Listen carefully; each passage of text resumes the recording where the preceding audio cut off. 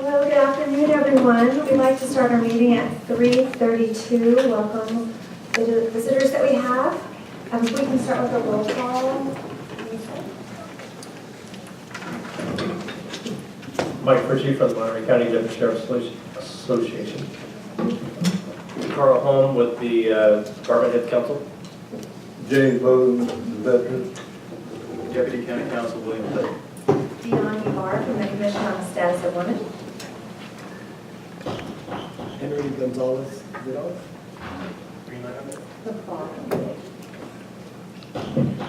Henry Gonzalez, also Department Heads Council. Christopher, President, Salinas, Lillette, Council 2055. Justin Matthews, representing regular speakers of Monterey County. Eric Gamcom, representing SEIU, Monterey County employees. Thank you very much. We can start with any public comments. Anyone? Okay, moving forward. Our first action item is to review and approve the minutes from February's meeting.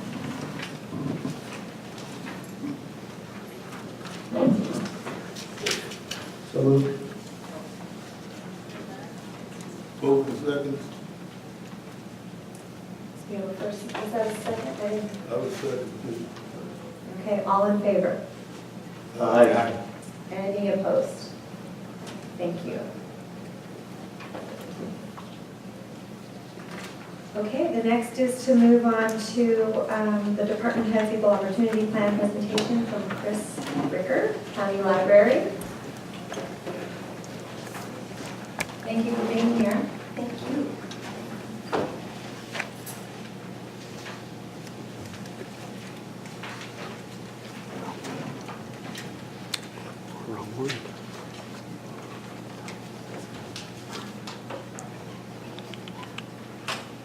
Thank you so much for having me today. It's an honor to present to you some information about the county library and our efforts and commitment to equity, diversity, and equality in all of the services that we provide.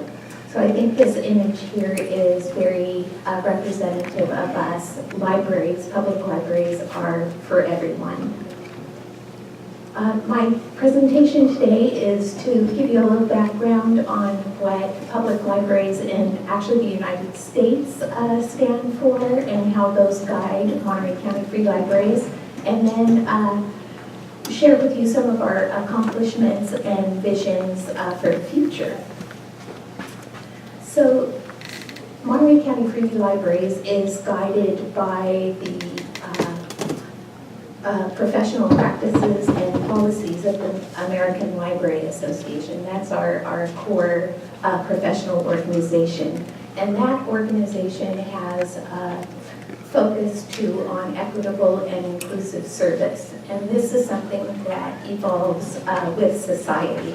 So currently, the equitable and inclusive service includes the historically disadvantaged racial and ethnic groups, those discriminated against based on gender or sexual identities and expression, those from other protected classes, including age, religion, and disability status, those discriminated against based on nationality or language, those who experience socioeconomic barriers, those that are geographically isolated, also those experiencing hunger, homelessness, and poverty, and immigrants, refugees, and new Americans, and as well as new and non-readers. So these are guiding principles for us, and there is also a very strong code of ethics that really cements our commitment to equity, diversity, and equality. And so we are committed to provide the highest level of service to all library users through appropriate and useful organized resources, equitable service policies, equitable access, and accurate, unbiased, and courteous responses to all requests.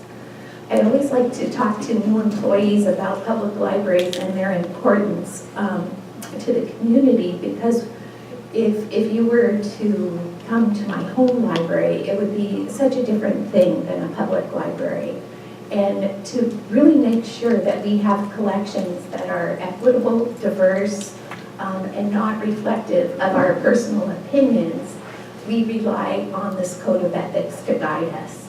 So in this case, we distinguish between our personal convictions and professional duties, and we don't allow those personal beliefs to interfere with meeting the information requests of people we serve. And as I said, we provide materials from a variety of viewpoints and interests, and if we don't have what the person is looking for, we will seek to find that information. So you should be able to come to any Monterey County Free Libraries and request any type of material that is legal, and we should be able to get that for you. So I just want to let you know that we have 17 branches, and we've been in these communities for over 107 years. We operate branches in Aromas, Big Sur, Bradley, which we're hoping to reopen in 2021, Buena Vista, which is the Las Palmas area, Carmel Valley, Castroville, Gonzales, Greenfield, King City, Marina, Pajaro, Parkfield, which is opening this fiscal year, Prunedale, San Mardo, San Lucas, Seaside, Soledad, and then we have 2 bookmobiles, one in North and one in South County. The picture you see here is our first county library in Manhattan. So I wonder if you might be able to figure out what was MCFL's first branch, which is pictured here. And this is from our local history collection. It is our Greenfield branch. That was the very first branch established in Monterey County. And this one, you might have a hint of where the surface area is. That is a whalebone vertebrae that you're seeing.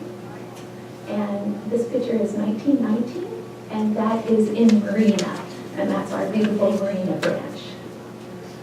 This one is actually was a location of one of our branches in 1915, and that is now the beautiful Soledad Branch Library. This is something that you see here are adobe bricks drying out in the sun, 1937, and that is Carmel Valley. And this area, 1925, is Prunedale.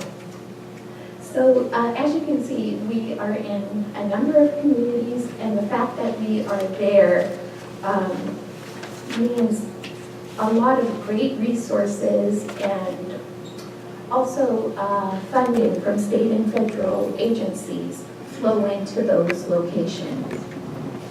One of the major accomplishments for us, which we have been working on for the past 21 years, is to get broadband internet to all of these communities. As you can imagine, with some of the rural areas like Big Sur and Parkfield, it's been pretty challenging. But like other state public libraries, we've been very aggressive in doing this and have provided broadband or some internet access for about these 21 years. Most recently, we've connected to this educational backbone called CalRED, which is one of the major backbones for educational institutions, including places like Stanford, Nuclear Accelerator, educational institutes. So all of our libraries are connected to this network, and it provides a lot of security for broadband as we move into the future. It's very valuable. We've been able, it actually backs up the entire county's internet in case of failure, but it's here because Monterey County Free Libraries is in these communities. So the impact of this, of course, is reliable internet. We've been able to transition from hardwired computers to now our wireless users. Rural communities are connected. We expect Big Sur and Parkfield, they have internet, but they're going to be getting really truly broadband internet through satellite connections the next year.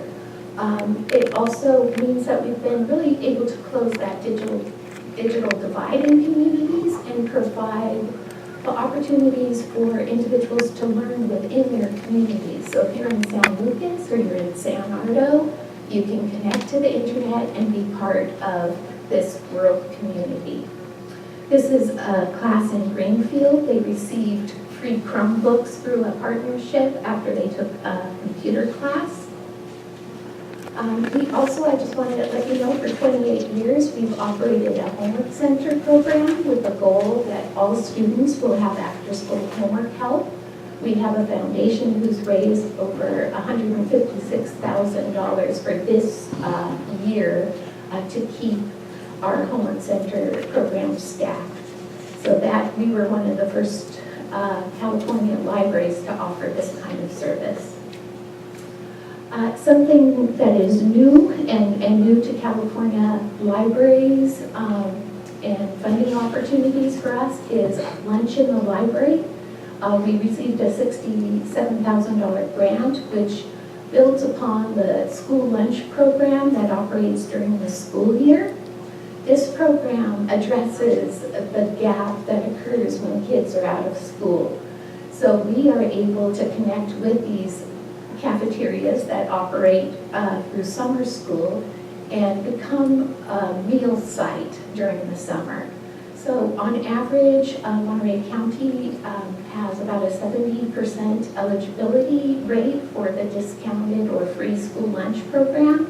So we're really bridging that gap in the summer to make sure children have access to healthy food, which is really a concern.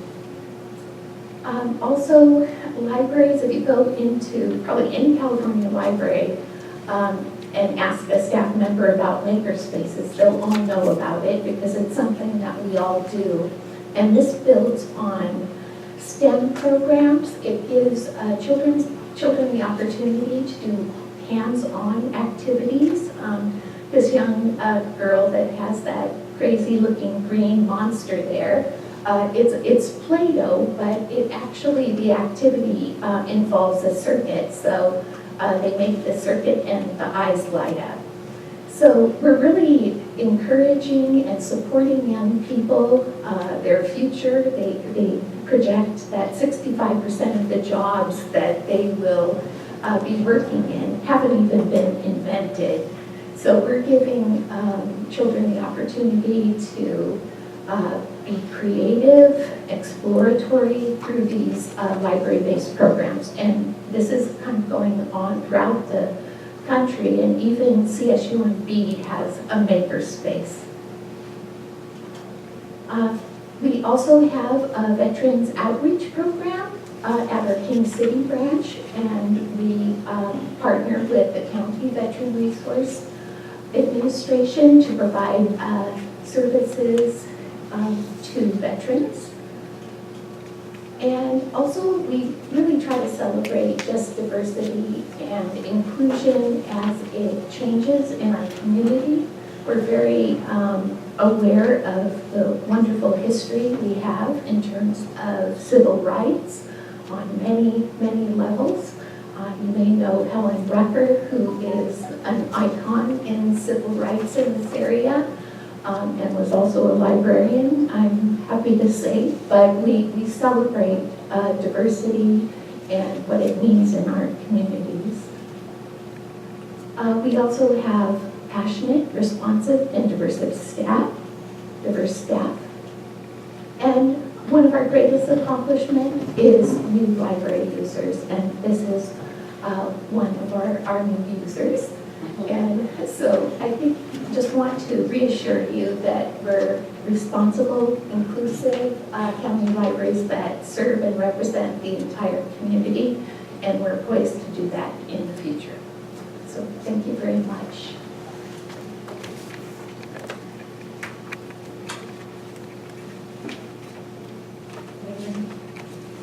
Thank you so much. I've always been so grateful for libraries. Always. Thank you.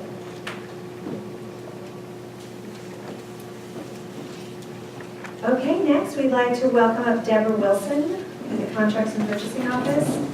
She's going to be giving us a vendor update. Good afternoon to Chairperson Ibarra and to the Commission. I'm Debra Wilson. I am the Contracts Purchasing Supervisor, working with Mike Durr, the County Purchasing Officer.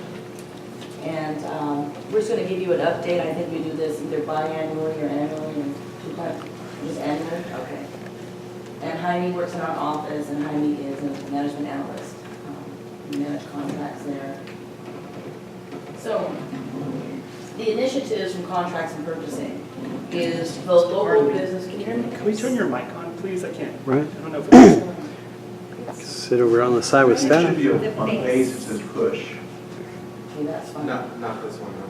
Oh, not that one? That would be too easy. Sorry, you don't have one. Right over there. Sit with staff. No, that's just for that timer. Yep. Use the staff microphone. Okay. Yeah. So, That's okay. okay.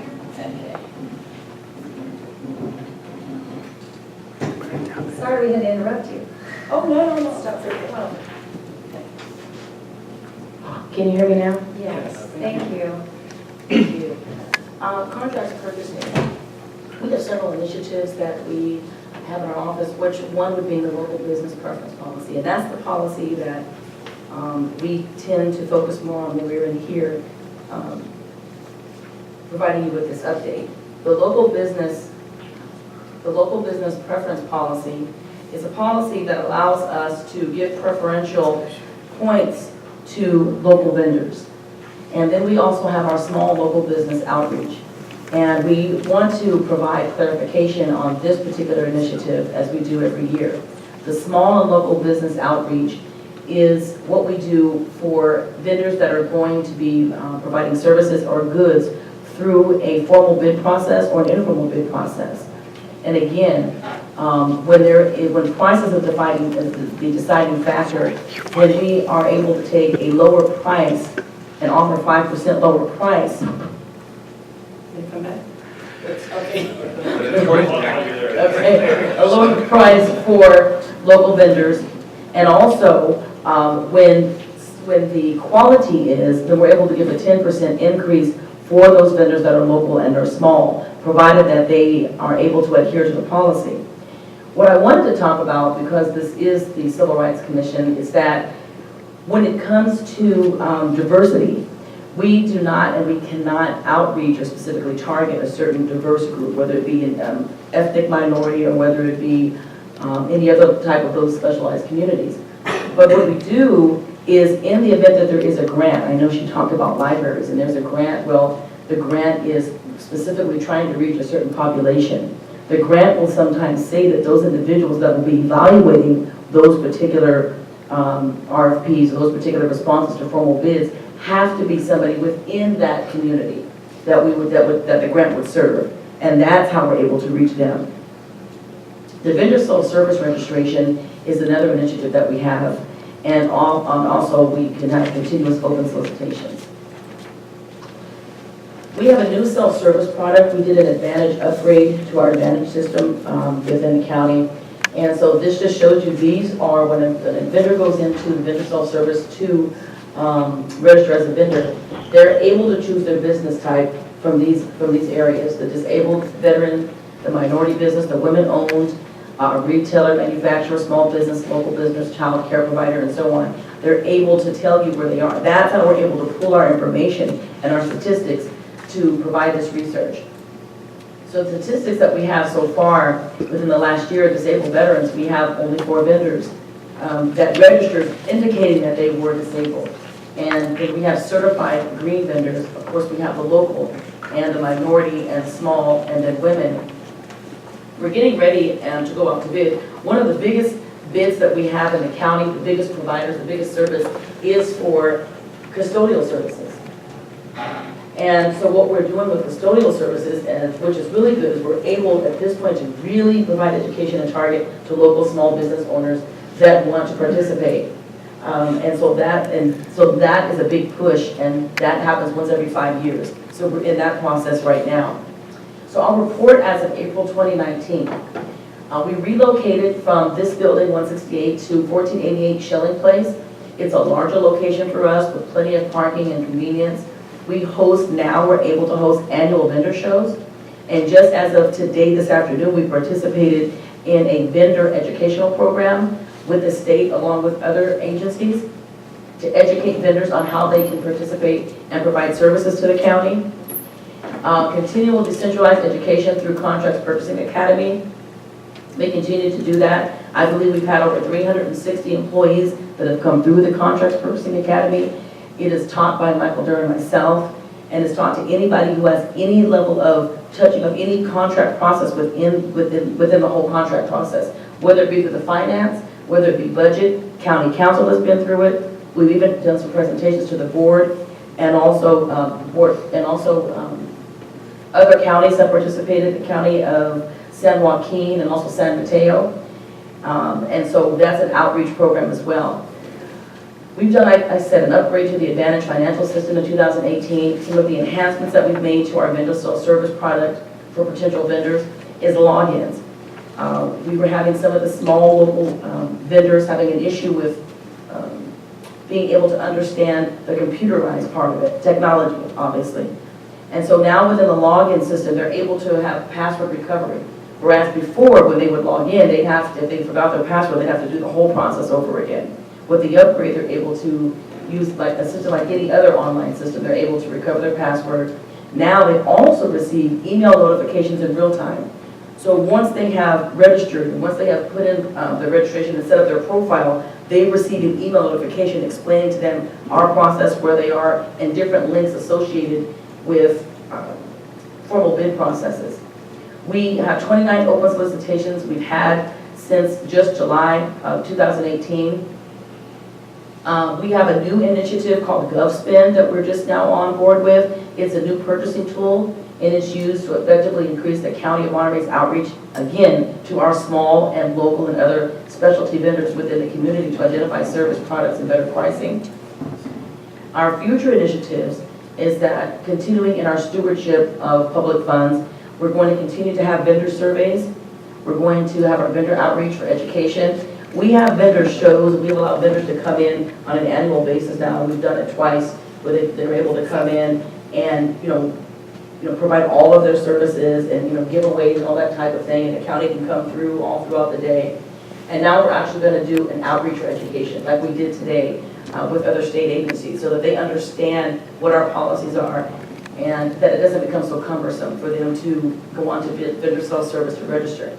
We're going to continue to provide training and education to our decentralized departments so that we are doing our fair and equitable processes to make sure that everybody understands our processes and policies and follows them.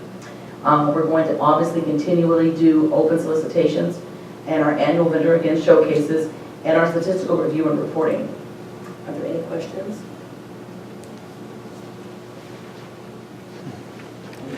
Thank you for your time. I have one. Yes. What's the small and/or minority-owned or women-owned businesses? So a small business, a small local vendor, is an individual that has, I believe it's under 21 or under 22, and sometimes I think even under 11 employees. And it's a state classification. That's what that is. Now, when it comes to minority, or you don't really prove you're a minority. I mean, I don't know how you can prove that. I mean, I can prove it, but I mean. So, and it is a questionnaire, and it's actually through the state.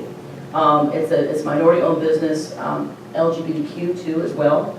There are certain classifications that they have a state mandate or a state application that they have to meet the criteria, and they are received a certification number, and that's the information that they have to put on our portal in order for it to be classified as such, and that's where we pull our statistics from. Thank you. Thank you. Oh, yes. Thank you. Just a quick question. You were talking about the email notifications that they receive in real time.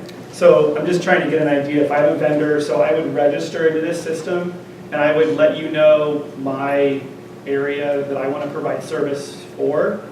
And then I can self-designate the different areas, what type of business I am. I'm glad you asked that. So we also have within the portal, and maybe one day we can come here and actually do the portal, we can do a presentation so you can see it. You are able to do commodity code. You're able to tell us what codes of service and or goods that you provide, yes. And you're able to do that on a high level. We have what we call a three-digit level, and then minute down to a 5-digit level, where you're able to tell us specifically what you provide, what services they are. So that you're not saying, I'm a consultant, and then what does that mean? So you're able to say that I'm a consultant for financial services, I'm a consultant for behavioral health, or I'm a consultant for something else. Exactly. And that's important because when we go out to bid or we get ready to pull for services, we're able to get a bigger pool. And if they fill that out, then we're able to pull vendors that provide those services. We had an individual recently that did it. He was an artist, but also a CAD engineer, and he's a minority. So he was able to put all of those facets in there. So when we get ready to go out to bid, we're able to pull from that. So when you go out to bid and you do an RFP, those individuals are notified through the system that there is an open bid? Not through the system. What we're able to do is we're able to pull them off the system. Our analysts are able to pull them off the system, and we're able to notify them that way. And so we pull them, we have their email address. Now, Jaime said yes, and the reason he said yes is because we're getting ready to go into an enterprise contract management system. That's going to allow, it's really robust, and it's going to merge in with Advantage and with VSS. Yes. There's also a component right now when we post, I don't know what I did. When we post our RFPs, RFQs on the website so that people can see it live, on the section when they register, I don't know how it links to our VSS. I honestly don't know the specifics on that. But there's a section where when we're posting it on the website, we say e-notify. Anybody that's registered will automatically get an email saying, there's a new RFP, go check the website. Okay. That's basically the generic email that they get. Okay, great. That was my question. If I'm a vendor, It might not say what it is, but it'll tell you to go look onto the website okay. I was just wondering if I'm a vendor, am I checking this thing every day, or am I getting some sort of notification that says, hey, there's something new? If you check e-notify for yourself when you register, you will get that email. Awesome. Thank you so much. I'm not sure what we did to your system, but. Just next slide, that's all. Okay, thank you very much for your time. Thank you. Okay, Juan, you're going to give us a standing report. Yes. Good afternoon. Hello? Juan Rodriguez, Civil Rights Officer. I wanted to talk to you a little bit about the status. Well, first of all, I tried to get here earlier so I could introduce Ruby. Ruby, we borrowed her from RMA forever. Not borrowed, there's no coming back. Unless you want to. Rocio, I don't know if I think we mentioned at the last meeting, Rocio went to the CAO, and we're very lucky to have Ruby. Ruby has been working for the county for about 15 years. And yes, Carl, I'm sorry, we're very happy to have stolen her from RMA.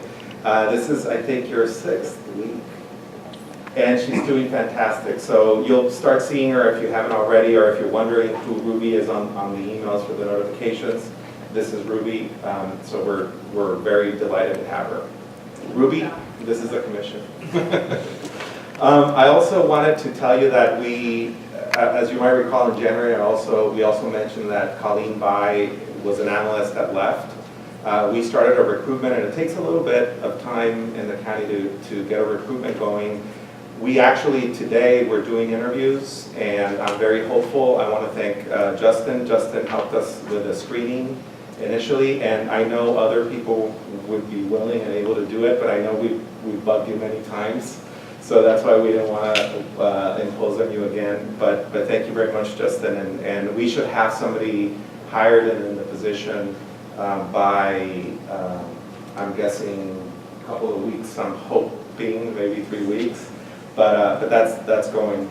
The other thing I wanted to talk to you guys about was equal opportunity plans. As you know, according to the county's equal opportunity plan, all departments are required to file a yearly departmental equal opportunity plan.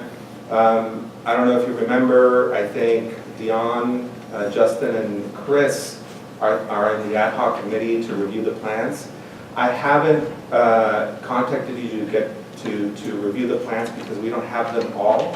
I'll tell you that I've, sent a reminder, and one of the issues that cropped up is when we set our deadline to file the plan, it coincided with a deadline to request a new position for HR and for the budget cycle. So HR, who usually is the analyst that helps the department prepare this report, they were juggling, the budget and this, so we granted an extension, and hopefully by next month, I anticipate that we'll have all the reports together, so I'll be calling you to meet at a convenient time for you, and that way you'll be able to review the reports, see what the contents are, and if you have any questions, we can invite the departments to clarify the questions. We also have a pretty busy calendar for the rest of the year. We are all booked for departmental presentations. We had Chris and Debra today, but we'll have the assessor and the clerk next month, the DA, the CAO the following month, HR and the Ag Commissioner in a couple of months, RMA and the public defense. And by the way, the department heads that are here, they complied with the Equal Opportunity Plan by the deadline, FYI. So we're gonna be busy for the rest of the year. So we will be having departmental presentations. I'm gonna turn it over to Gabe, who's gonna update you on what we've been doing with the civil rights training.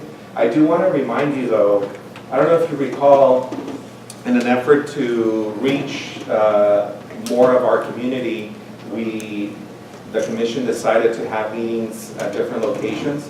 Our next meeting is going to be in Greenfield, so I implore you that you, if you can, make the time to attend that meeting. That's going to be our first, at least this year. The second, since I've been the civil rights officer, that's going to be in another location. I'm really hoping that it will work.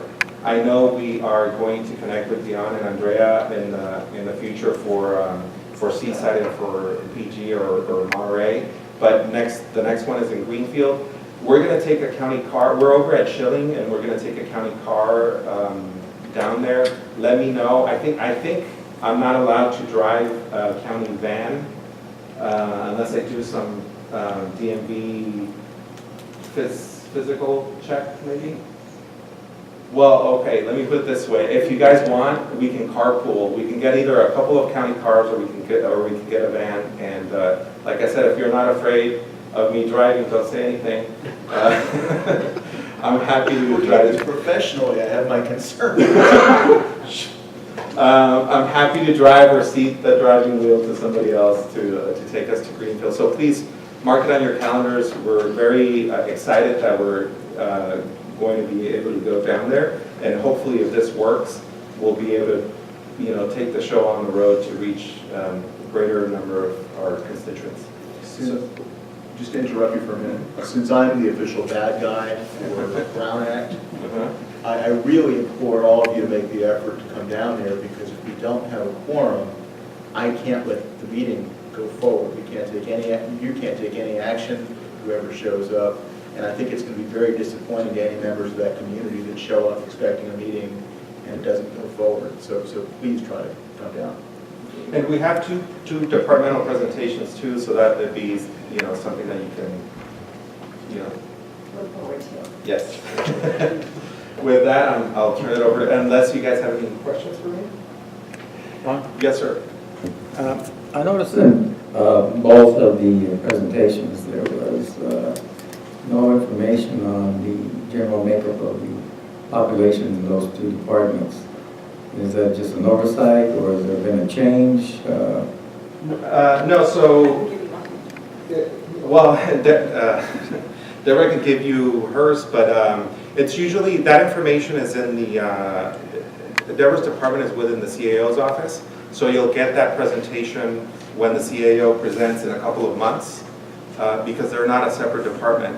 And in terms of the libraries, I actually talked to the libraries, and I thought because they actually serve the community, which is not common for a lot of the, I don't know of how many departments, very few of the county departments serve the community. So I suggested to the libraries to do a presentation on how they are serving the community and how they're promoting racial equity goals.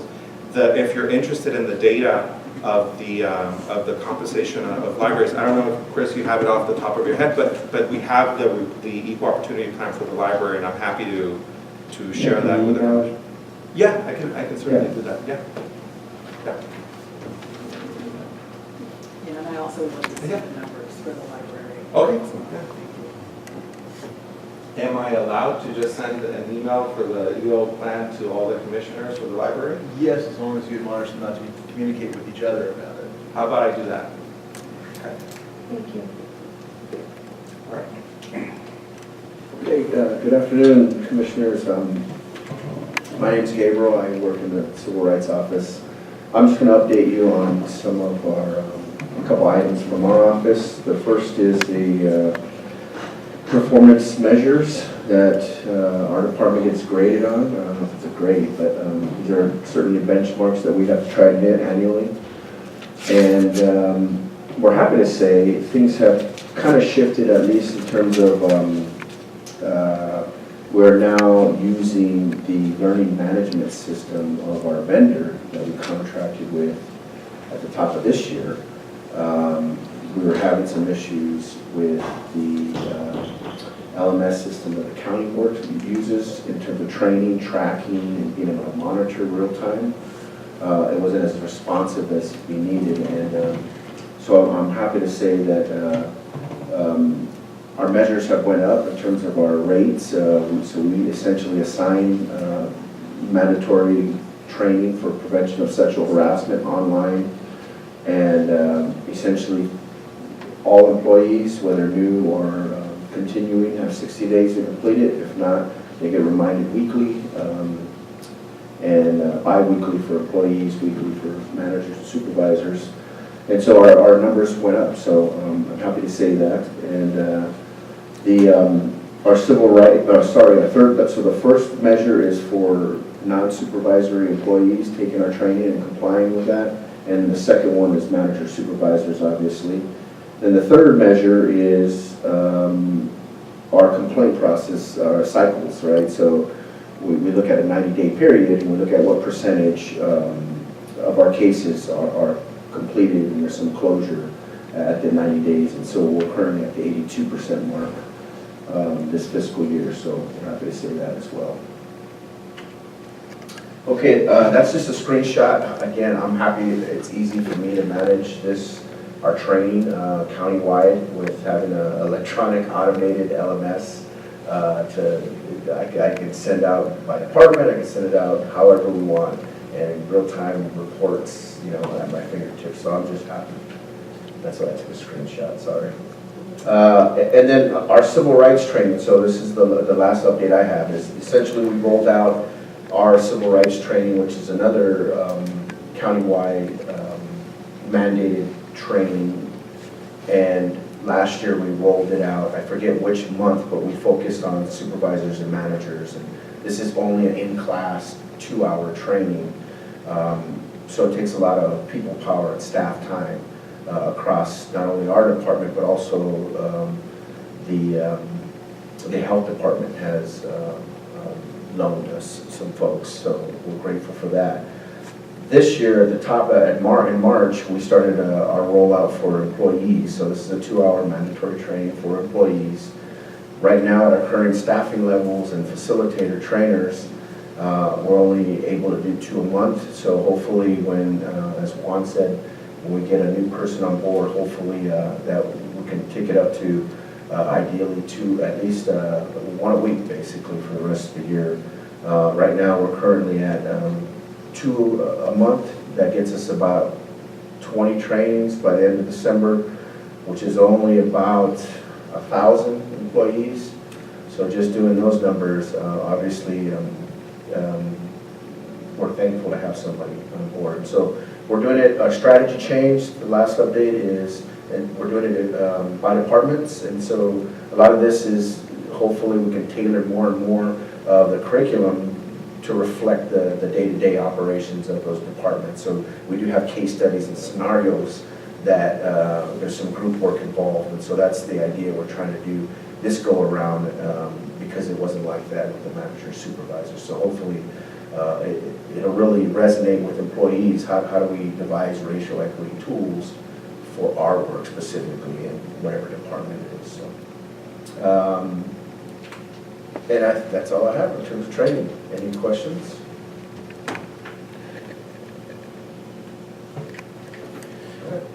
I have a question. Yes, sir. When will you be providing the dates so we can attend? For the civil rights training, is that what it is? Yes. So I already have a calendar. I can probably provide that if people want to attend. Yeah, we can sneak you in at whatever department you want to participate in. I remember you expressed interest to see and you'll actually see it a little bit different than what the one you attended in December. Yeah. And that's the hope, to kind of change it a little bit. Thank you. But yeah, we can make that calendar available to everyone if they want. Thank you, okay. Did Maureen like to share one? No? Okay, thank you. Thank you. Do we have any announcements? Yeah. Memorial Day is coming up. And since 1775 to now, whatever we enjoyed on the back of a veteran. So get out and thank a veteran. We will have a ceremony at the Veteran Cemetery at Old Fort Ord at 8 o'clock in the morning. Be kind of chilly maybe, so it'll be short. But nevertheless, each city has their own. Eventually, we want to all bring it to the cemetery, but right now, each city has their own. Get out and thank the veteran. Thank you very much. Yes, Chris. So I would like to report, because of last year's black and white, LULAC's black and white ball, the proceeds turned out to produce 56 scholarships to our local graduating seniors here in Salinas. And the next black and white ball is scheduled for October 5th. Our council is very involved with the Census 2020 and the Monterey County homeless student situation.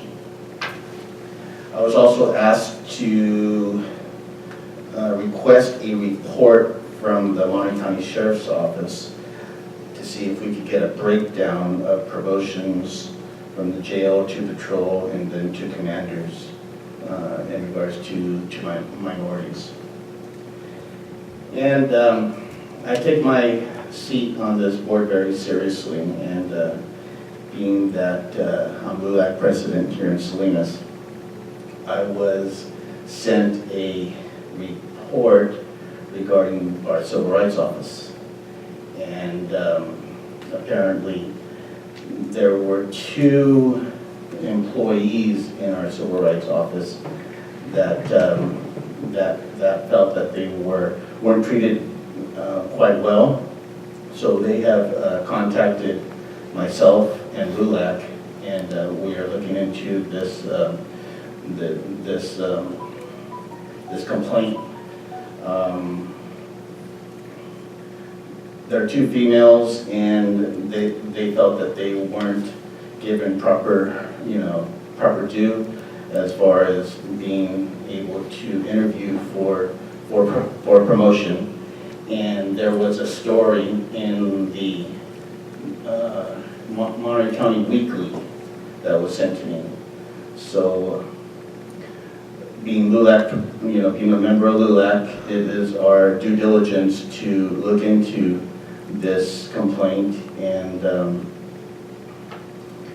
I'll be following it up with the report in the future. All right, thank you. Thank you for that, Chris. Okay, anything else? Okay, so for future agenda items, we have a human resources presentation on recruitment process and a clerk of the board EO plan presentation with the assessor and county clerk-recorder EO plan presentation. And again, our next meeting will be in Greenfield on Wednesday, June 19th, 2019, 3:30. And I'm going to take you up on the carpooling, and we will adjourn at 4:17. Thank you. And thank you all for your time this afternoon.